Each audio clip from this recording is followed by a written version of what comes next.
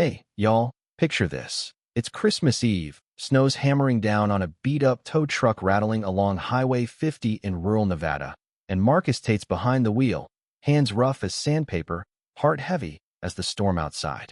He's missed Christmas dinner with his family 3 years straight. Work always comes first, and tonight's no different. Even though his sister Tanya's text is burning a hole in his phone. Mama's waiting, don't you dare be late again. But Marcus, he's got a call, family stranded, little kid in tow, and that's all it takes to keep him out in the cold, away from the warmth of his mama's table. What he doesn't know is this one night's gonna flip his whole world upside down. Marcus ain't living the dream, far from it. He's 34, crashing in a shoebox apartment in Elko, staring at water stains on the ceiling every night, crunching numbers that never add up. Rent's due, Mama's heart meds need refilling, and Tanya's twins, Jamal and Lila, deserve better than dollar store gifts wrapped in last week's newspaper.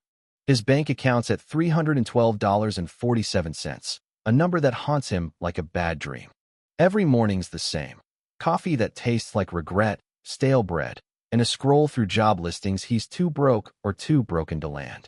See, Marcus was this close to a mechanical engineering degree, had professors calling his work on predictive maintenance systems game-changing. But then his dad got sick, cancer eating through their savings, and Marcus dropped out to cover the bills. His diploma's just a dusty reminder next to his dad's old Army medals.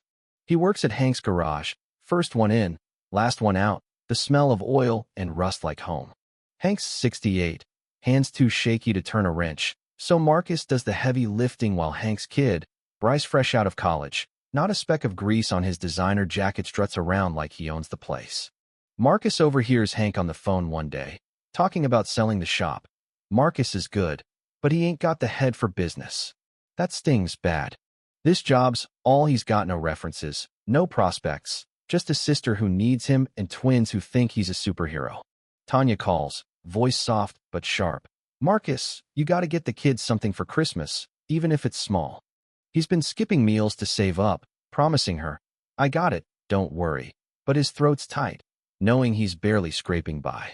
Christmas Eve, 8:47 p.m., Marcus is locking up when dispatch crackles through. Family stuck on 50, got a toddler, storm's getting ugly. He glances at his phone, 5 missed calls from Tanya, a text. Kids are asking where you are. He could say no, let someone else handle it, but that's not Marcus. He thinks of a kid, maybe Lila's age, freezing out there, and he's already grabbing his keys. The drive's brutal, snow blinding, his truck's sliding on black ice, but he spots the hazard light, says sleek Audi, California plates, nose deep in a drift.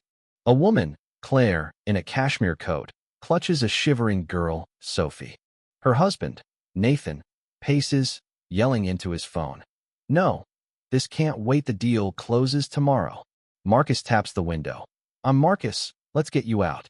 Claire's eyes are desperate. Sophie needs her inhaler. We left it at the hotel. Nathan snaps. How fast can you move? We've got a flight to catch. Marcus digs through snow, fingers numb, jacket soaked, and after 3 pulls, the Audi's free but the transmission's shot. No way it's driving tonight. Nathan's furious. This is unacceptable. Marcus stays calm. Sir, your kid's safety comes first. He sees Sophie's scared face, hears Lila and her whimpers, and makes a call. I'm driving you to the pharmacy. They pile into his truck, duct-taped seats clashing with their designer gear, and Marcus floors it, hitting the pharmacy at 9:58 p.m. The clerk's locking up, but Marcus flashes his own inhaler, points to Sophie, and the guy relents. Sophie breathes easier, Claire's in tears, and Nathan, still on his phone, mutters about some big meeting.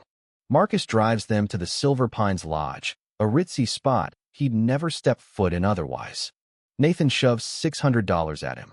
Marcus hands back $450. I charge $150, same for everybody. Claire's stunned. You saved our Christmas. Marcus just nods, just doing what's right. Back home, 11:50 p.m., Marcus sits in his dark apartment, cold pizza in hand, guilt eating him alive. Tanya's text, we saved you a plate. Love you. He's let them down again, chosen strangers over family. But what he doesn't know is Claire's business card, tucked in his pocket, is about to change everything. Next morning, Christmas light hits the card. Claire Thompson, COO, NextGen Tech. Marcus squints. NextGen's the company bringing thousands of jobs to Nevada. At Tanya's, the twins hug him, Lila asking, "Did you save someone cool last night?" He laughs, "Just folks in trouble, kiddo." But across town, Claire's on her balcony, phone in hand, telling her board, "I found our guy." By noon, Claire calls, asking to meet at Joe's diner. Marcus walks in, wary, and Claire cuts to it.